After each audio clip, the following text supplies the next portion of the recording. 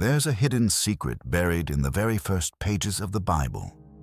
A secret that could change the way you see yourself forever. The book of Genesis isn't just a tale of how the world began. It's a mirror reflecting the mysterious origins of humanity. A story most of us have read, but never truly seen. What if God didn't create just one kind of human, but two? One born of divine light, the other shaped from the dust of the earth. Two creation accounts, two names for God, and one haunting question that has puzzled scholars and seekers for centuries. Who are we, really? If you've ever felt torn between a longing for the divine and the weight of your human flaws, then this journey is meant for you. Stay with me until the end, because what you're about to uncover might shine a light on the deepest mystery of your soul. Before we begin, hit that like button, subscribe to the channel, and step with me into the story of Genesis. A story not just about the past, but about you. Right now. Are you ready? The light is coming. Let's return to the very first lines of the Bible, to the origin of all things, where light was summoned from darkness, and where humankind may not have been created just once, but possibly twice. Genesis 1 opens with a sweeping cosmic vision.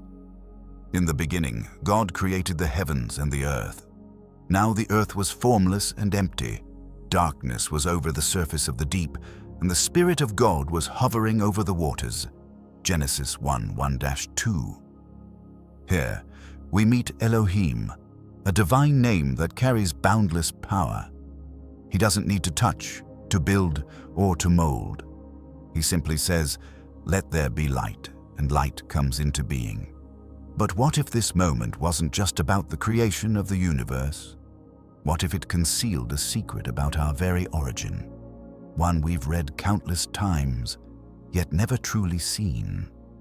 In Genesis 1, Elohim creates humankind on the sixth day, and this account is strikingly different from the story we usually associate with Adam and Eve. The Bible says, "So God created mankind in his own image. In the image of God he created them. Male and female he created them." Genesis 1:27. Pause for a moment. There's no dust, no garden, no rib, no divine breath. Only a spoken word. A pure act of creation known in Hebrew as bara. A word used only when God creates something from nothing, with no material, no pattern. This isn't the creation story we've grown up with. There's no sweat on the brow of the divine, no clay in the hands of a potter. Just a voice echoing across the void, calling humanity into existence. The humans in Genesis 1 are not named individuals. They are a collective, male and female, created at the same time with no hierarchy, no order of first or last. They bear the image of Elohim, a plural divine name rich with mystery in the Jewish tradition, which has led many scholars to wonder, could this image of God be something spiritual, a divine light unbound by flesh? Have you ever wondered if a piece of that light still lives within you, passed down from the very first act of creation? Imagine a humanity not molded from dust, but spoken into being from God's pure intention, a kind of being born from divine essence itself, carrying light, life, and authority to fill the earth and rule over it. Their mission is as vast as their origin. Elohim said, "Be fruitful and multiply, fill the earth and subdue it. Rule over the fish of the sea, the birds of the air, and every living creature that moves on the ground." Genesis 1:28. No garden to limit them, no boundaries, no forbidden trees. This was a cosmic mandate, a call to spread, to reflect the glory of God across all creation. But what makes this story truly mysterious is what's missing.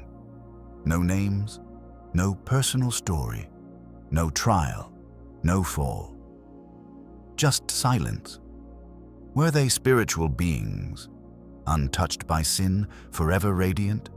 And if so, where did they go when the next chapter begins? To understand this more deeply, we turn to ancient Jewish tradition. In texts like Midrash Rabbah, some rabbis suggested that the humans described in Genesis 1 may have been spiritual beings, created before Adam, bearing a nature more angelic than physical. They were not bound by clay or the limits of the material world.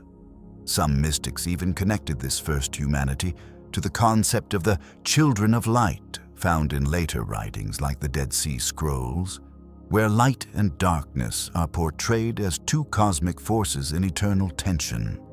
Could it be that Elohim created an original kind of humanity, not molded from matter, but brought forth from the pure light of divine intention? And then, as we turn the page to Genesis 2, the story shifts in a dramatic and unexpected way. No longer do we hear the commanding voice echoing across the void. Instead, we encounter a different portrayal of God. Not just Elohim, but Yahweh Elohim, a combined name that brings together the majestic transcendence of Elohim and the intimate presence of Yahweh, the name revealed to Moses in the burning bush, I am who I am.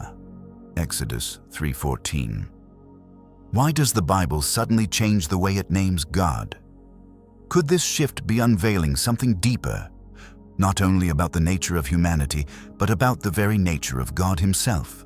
In Genesis 2, God no longer speaks from a distance. He bends down, takes dust from the ground, and forms Adam. The Hebrew word used here is yatsar, to shape, to mold, like a potter carefully crafting clay. This isn't a distant act of creation. It's intimate, tangible, almost tender. And then, God does something we never saw in Genesis 1. He breathes the breath of life into Adam's nostrils, and man becomes a living soul. Genesis 2:7. Imagine that moment. The creator of the cosmos, who spoke galaxies into being, now lowers himself to share his very breath, infusing life into a creature formed from the earth. This isn't just creation. This is communion.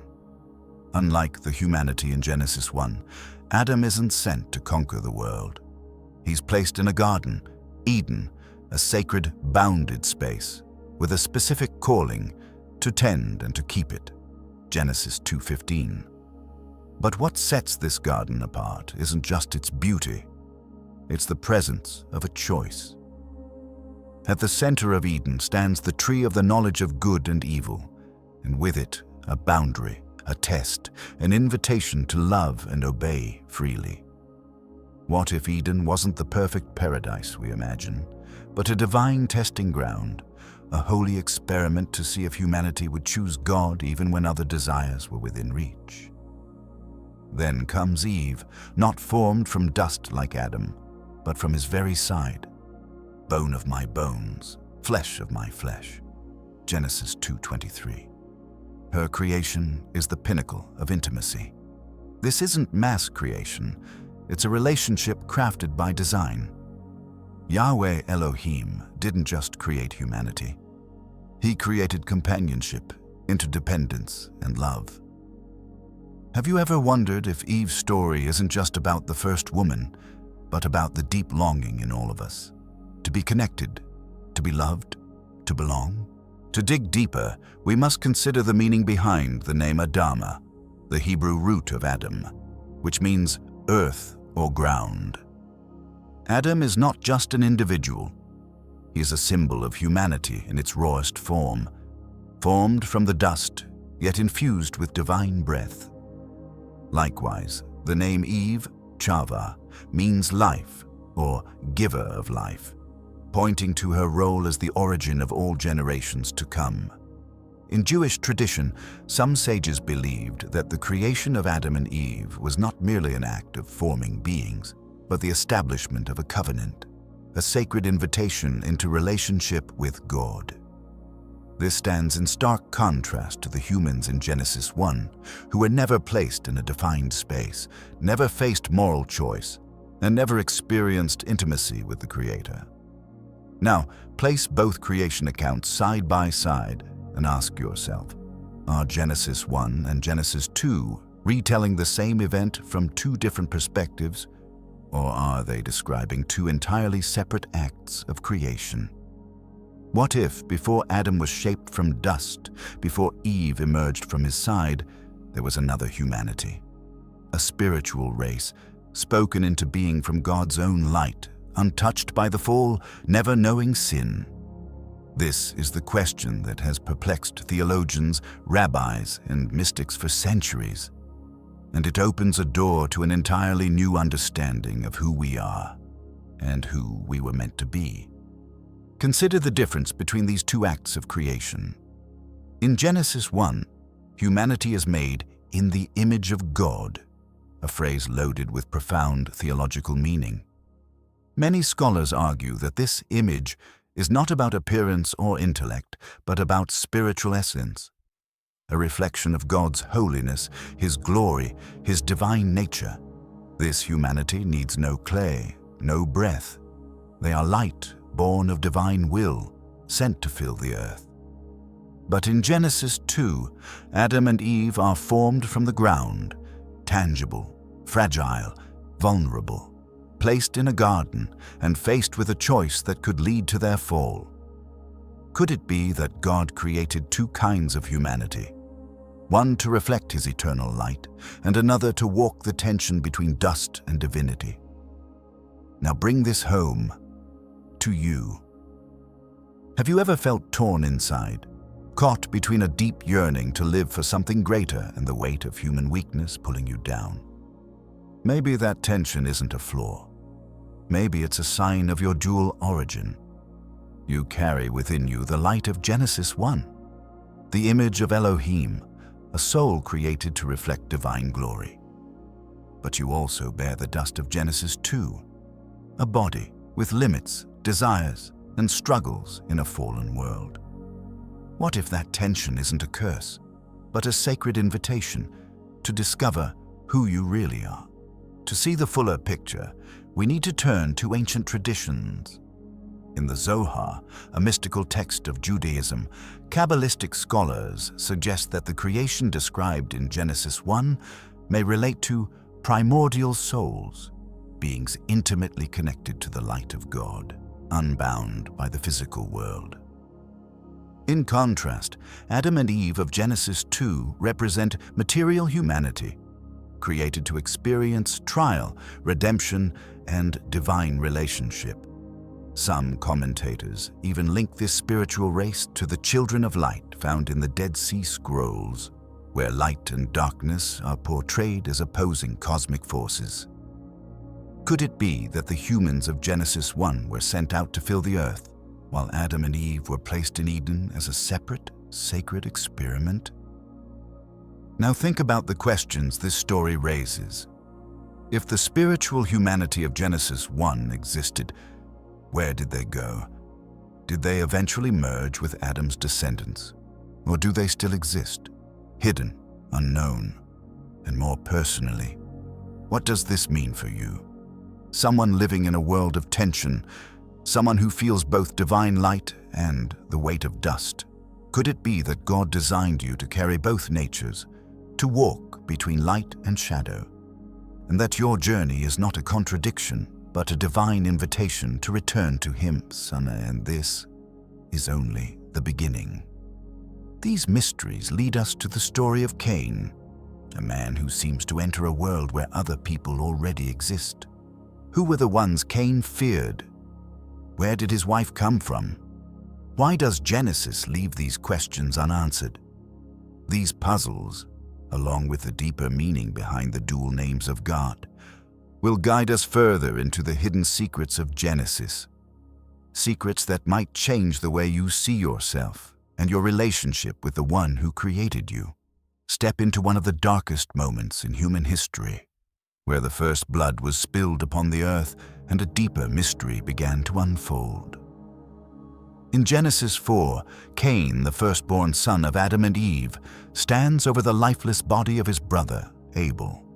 His hands tremble, not only from the guilt of his crime, but from a strange and unexpected fear. When God asks, "Where is your brother, Abel?" Cain responds with the now famous words, "Am I my brother's keeper?" Genesis 4:9. But what happens next is even more puzzling. God curses Cain, casts him out to wander the earth, and Cain cries out, "Whoever finds me will kill me." Genesis 4:14. Wait, who? If only Adam, Eve, Cain, and Abel existed at that moment, who exactly was Cain afraid of? This question cracks open the surface of a story we thought we knew, revealing a hidden clue, right in plain sight. Could the Bible be hinting that the world outside Eden was never empty? That there was already another race, another humanity created before Adam, who had spread across the earth just as God commanded in Genesis 1? Imagine Cain, a man born of dust, shaped within the sacred boundaries of Eden, now cast out, stained by the blood of his brother, stepping into a world already inhabited by other beings. Beings who knew nothing of the garden, nothing of the forbidden tree, and perhaps nothing of the fall itself. To dig deeper, let's consider the broader context of the story. In Genesis 1, humanity is created with a divine mandate: be fruitful and multiply, and fill the earth. Genesis 1:28. If the spiritual race of Genesis 1 truly existed and carried out this command, then the world Cain entered after being cast out may not have been an empty wilderness. Perhaps it was already inhabited by beings made in the image of Elohim, unbound by Eden's narrative, untouched by the fall. What if Cain was not just the first murderer, but the first man to encounter a different kind of humanity, one that bore no trace of dust or sin?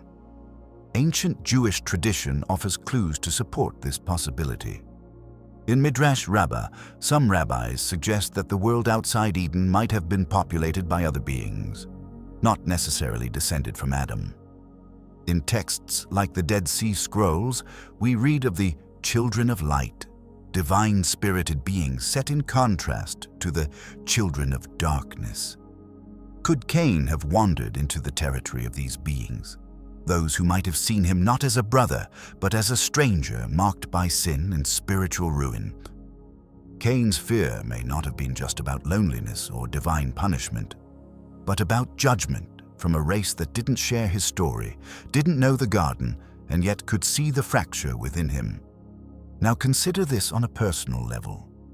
If you were Cain, burdened with guilt, exiled from the sacred, and sent into a world where no one knew your story, how would you feel? Have you ever felt like a stranger in your own life? As if you're walking among people who don't understand where you come from, who don't see the wounds you carry? Perhaps Cain's fear wasn't just about survival. Perhaps it was the fear of standing exposed before people who had never fallen, and who could see everything he had lost. And in that moment, the book of Genesis begins to reveal something profound, that its story may be far deeper, more mysterious, and more human than we ever imagined. Cain's journey doesn't end with fear.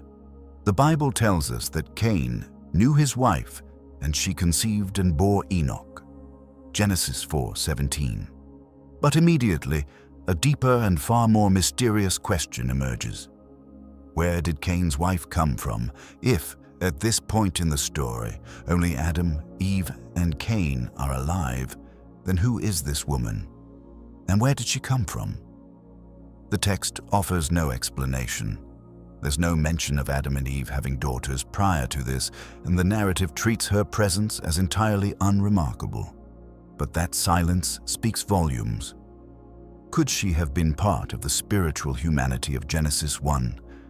The beings created from light who spread across the earth before Adam was ever formed.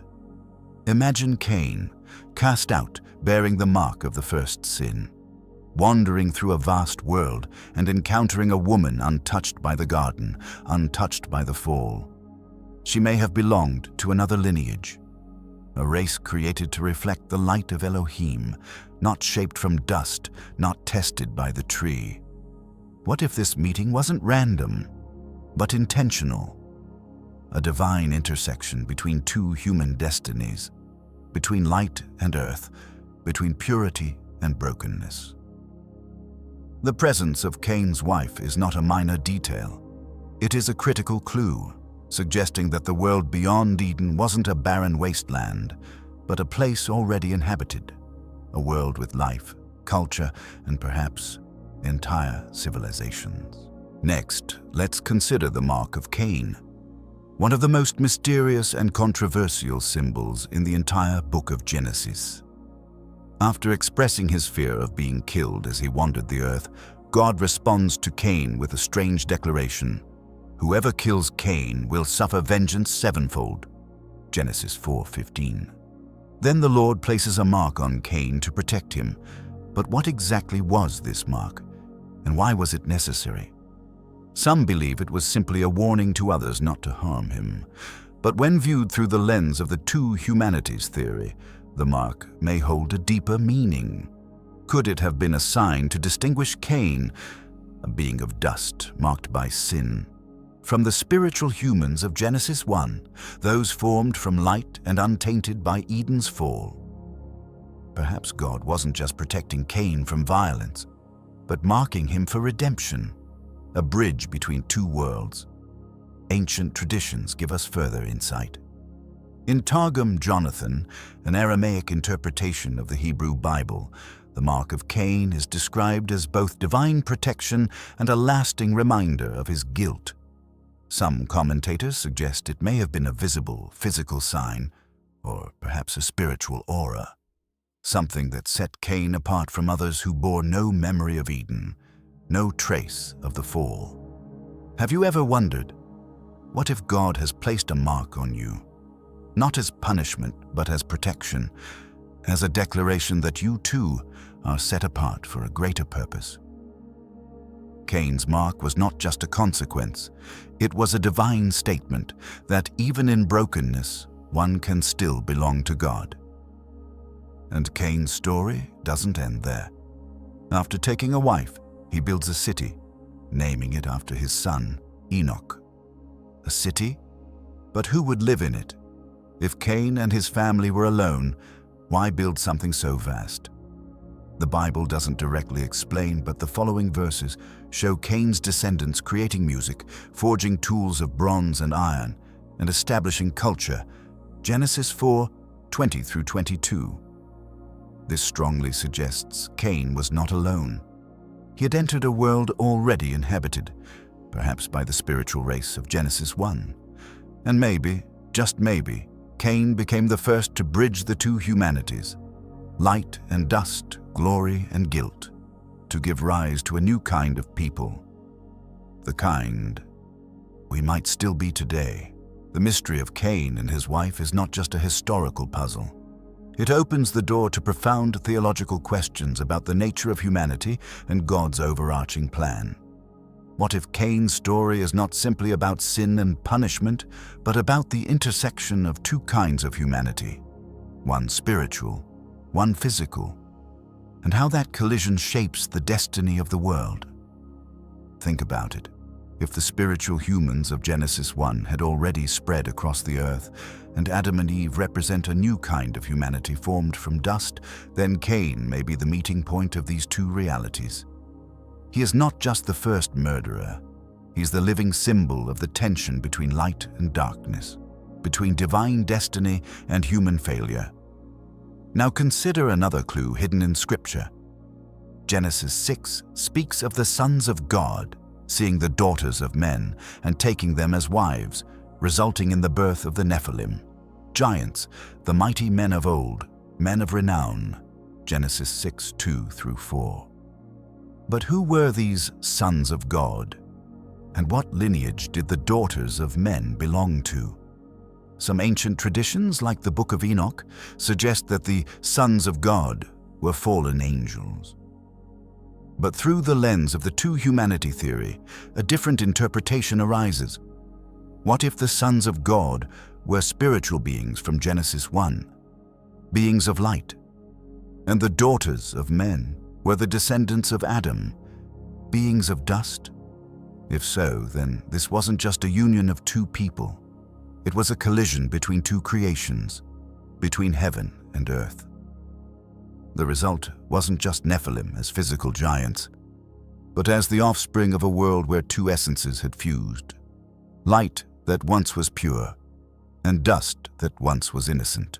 The Book of Enoch, an ancient text cited in the New Testament, Jude 1:14-15, gives detailed accounts of the Watchers, angels who looked down upon humanity and were drawn in by what they saw.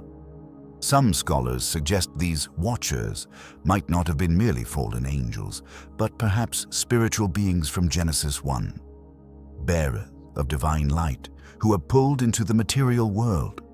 And what if their descent was not just a historical event, but a symbol of the inner battle within every one of us? The tension between the divine calling and the temptations of the flesh. The story of Cain, his fear, his mark, and his lineage could be the beginning of that collision, the spark that ignited a history of humanity caught between two worlds. Now bring that home to your own heart. Have you ever felt like you're standing on the edge, torn between the desire to live for something greater and the weight of your failures, your flaws, your past? Maybe the story of Cain isn't just about a man who was cursed, but about all of us, beings made of dust, but carrying a flicker of God's light. Cain was not abandoned by God. He was protected, he was marked, and he was given a new path. His descendants didn't disappear.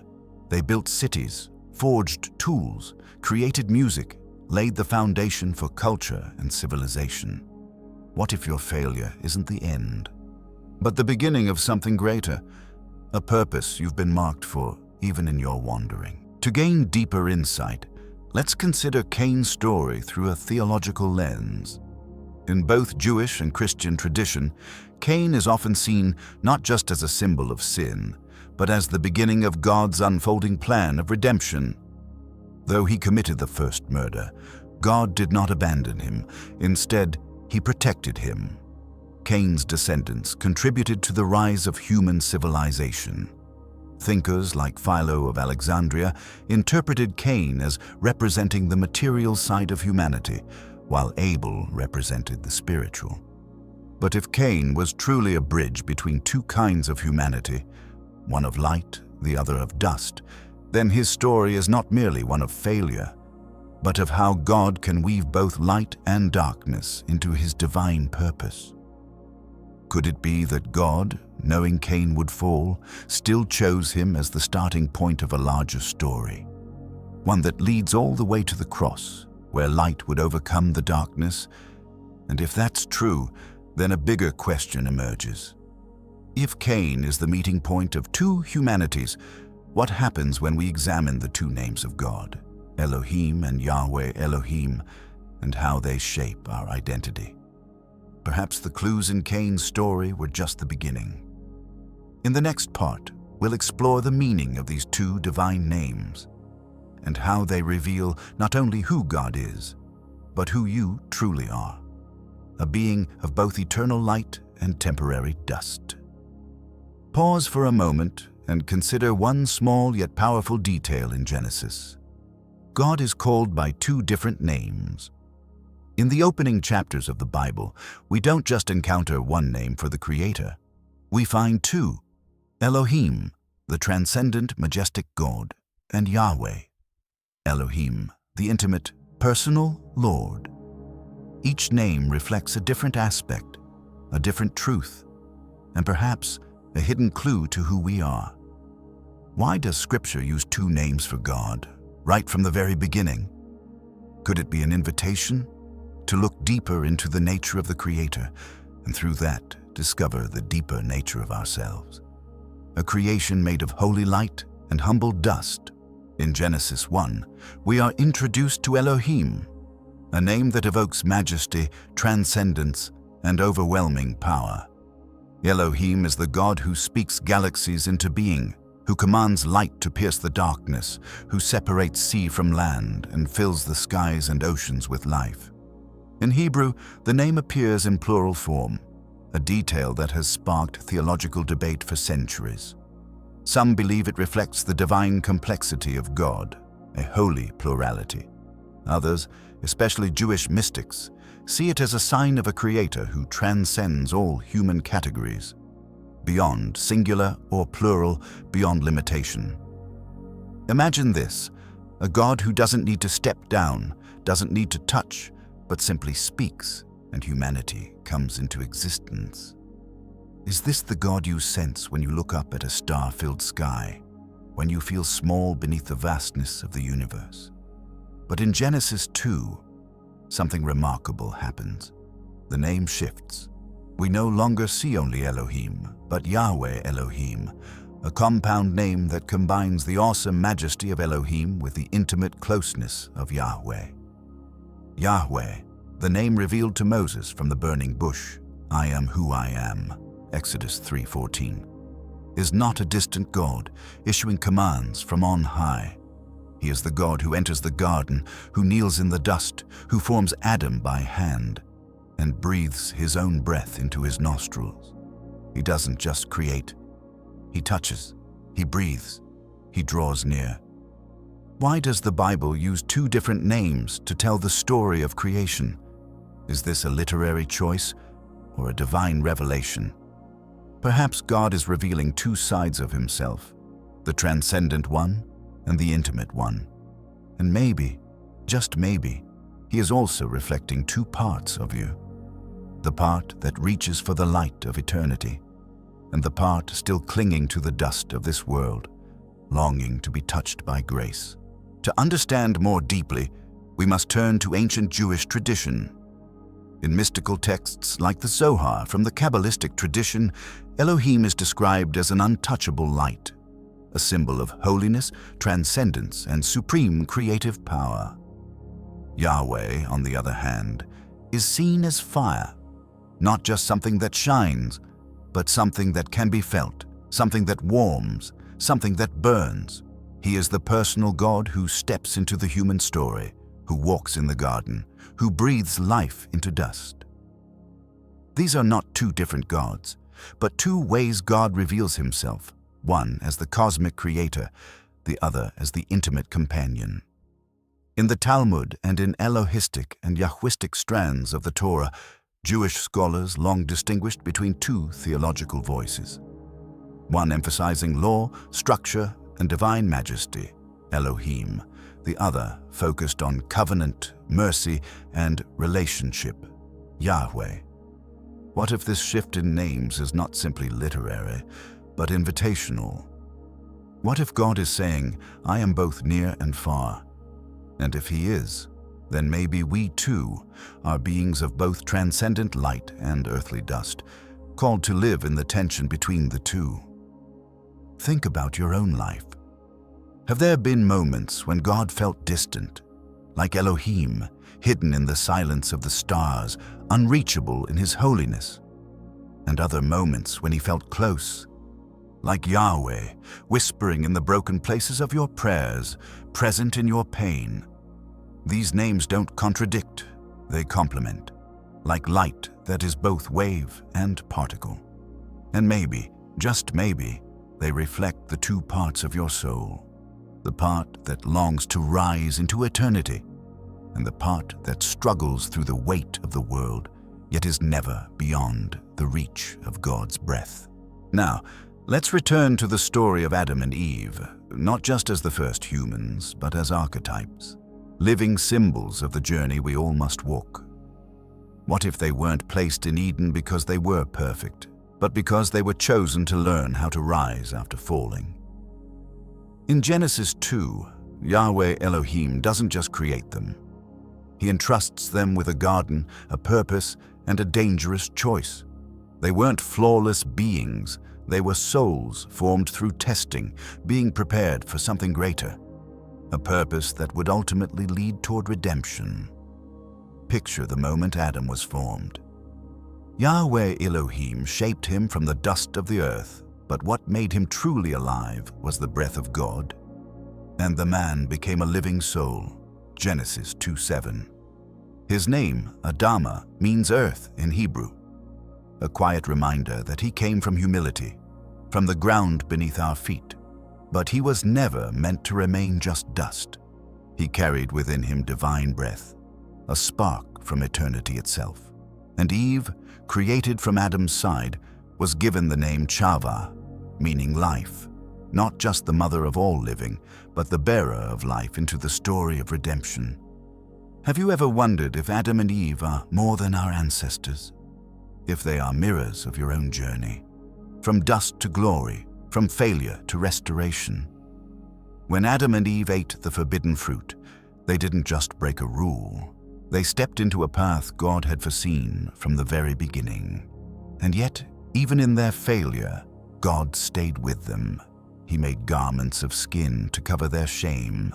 Genesis 3:21, not just as protection, but as a symbol of forgiveness. Imagine that moment, the creator of the universe, now fashioning clothes for the very ones who had broken his command. No abandonment, no rage, just a love that remains, that covers, that prepares them to walk into a world where the story of redemption was just beginning. Have you ever lived through that moment, when you thought you had gone too far, that everything had shattered, and yet somehow you still felt the nearness of God? Still saw a door open, still felt a hand reach out, still sensed a covering placed upon you, as if God was whispering, "I'm still here. Your journey isn't over." The story of Adam and Eve isn't just ancient history. It's the first blueprint of a sacred pattern that echoes throughout the entire Bible. Think about this. Moses, a man who once killed and doubted himself, was called from the waters to lead a people through the wilderness toward promise. David, anointed to be king, yet deeply fallen in sin, was restored to become the ancestor of the Messiah. And above all, think of Jesus, the Word made flesh, who stepped into our world, carried our brokenness, and opened the way to redemption. What if the story of Adam and Eve was never just about failure, but about how God uses broken people to write his story of redemption? They were not cast aside.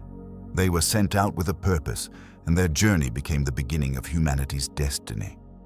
In Jewish tradition, some commentators, like Rashi, emphasize that the fall of Adam and Eve wasn't an accident, but a permitted step in God's divine plan to teach humanity about forgiveness and redemption. In the Midrash, some interpretations suggest that the Garden of Eden was a sacred testing ground, a place not meant to preserve perfect beings, but to shape free souls who could choose God even after failure. Could it be that God placed Adam and Eve in Eden, not to keep them pure forever, but to make them the pioneers of redemption's path? And if that's true, then perhaps your own story, with its pain, flaws, and failures, isn't outside that plan either. Now, let's bring this story closer to you. What if the tension you feel every day, between the desire to live for something greater and the weight of your human limitations, isn't a mistake, but a sacred part of God's design? The two names of God, Elohim and Yahweh. Elohim and the two creation accounts in Genesis aren't there to confuse us, but to reveal a deeper truth. You are not a simple being. You are a union of light and dust, of the eternal and the temporary, of divine image and covenant breath. Within you is both the majesty of Elohim, who speaks and light bursts forth, and the intimacy of Yahweh, who stoops down to breathe life into the soil. Think about this. When you wake up in the morning and feel a fire in your soul, a longing to live for something greater than yourself, could that be the light of Elohim, still shimmering within you? And when you wrestle with doubt, failure, or the feeling of being just dust, could that be the breath of Yahweh, whispering that even in your weakness, you are still loved, still shaped, still carried by Him? Have you ever wondered why you feel torn between two worlds, one filled with infinite dreams and one limited by pain, pressure, and the pull of the everyday? Perhaps it's because you were made to carry both realities, to live in that divine tension between light and dust, not to reject one for the other, but to learn how to hold them both, to walk the space between heaven and earth, to be, as God intended, a living bridge between the holy and the human, just as he breathed his spirit into the soil on that very first day. In the Gospels, we see the highest expression of this sacred union in Jesus, the Word made flesh, the one who carried both the divine nature of Elohim and the nearness and compassion of Yahweh. Jesus entered the Garden of Gethsemane, where his sweat became like drops of blood, where he faced the ultimate tension between divine will and human suffering. There, he became not just a bridge between two types of humanity, but the final, eternal bridge between God and mankind. What if the story of Jesus is the clearest reminder that you don't have to choose between light and dust? That God came to redeem both, not to erase your human weakness, but to reunite it with divine purpose. Look to Christian tradition. In the theology of the Church Fathers like Augustine, humans are made in the imago Dei, the image of God. But that image has been wounded by sin. Yet through the redemption offered in Jesus, that image is restored, allowing us to live in the unity of the divine and the human. In Jewish mysticism, sages like Rabbi Akiva described each soul as a small garden of God, a sacred space where he plants purpose, waters redemption, and brings hidden things to bloom. What if you are that garden? A place of dust, yes, but also a field of light where God is planting seeds even when all you feel is broken earth? What if he's not waiting for you to be perfect, but simply inviting you to let him cultivate something eternal right where you are? Now, bring this home into your own life, your failures, your wounds, those moments you feel completely lost. What if they're not the end, but the soil where God is planting his purpose in you? Adam and Eve left Eden, but they weren't abandoned. Cain wandered, but he was marked, protected, and allowed to build legacy. And you, wherever you are, you have been marked by God, not to punish you, but to call you into something greater. The question is, will you live as someone made only of dust, or as a soul who carries the light of Elohim and the breath of Yahweh within you? Let me leave you with an invitation, not from me, but from the story of Genesis itself. That story is not just about the beginning of the world, it's about you, right now. You are made to carry eternal light in a temporary world, to walk in the sacred tension of a dual nature, and to find your way back to the one who breathed you into being. So, are you ready to listen for his voice, even in your own wilderness? Take this question with you, because this isn't just about two types of humans or two names of God. This is about you, your true self, created, loved, and called to live for an eternal purpose. So, who are you in this story? Are you a being of light from Genesis 1, a creature of dust from Genesis 2, or perhaps both? A divine fusion of the eternal and the temporary.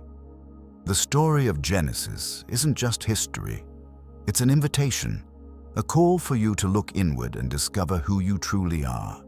A soul crafted with purpose, marked by God, and sent into this world to carry his light. How will you choose to live? As just dust, or as a reflection of God's glory? If something inside you stirred while hearing this story, don't ignore it. That's not just emotion.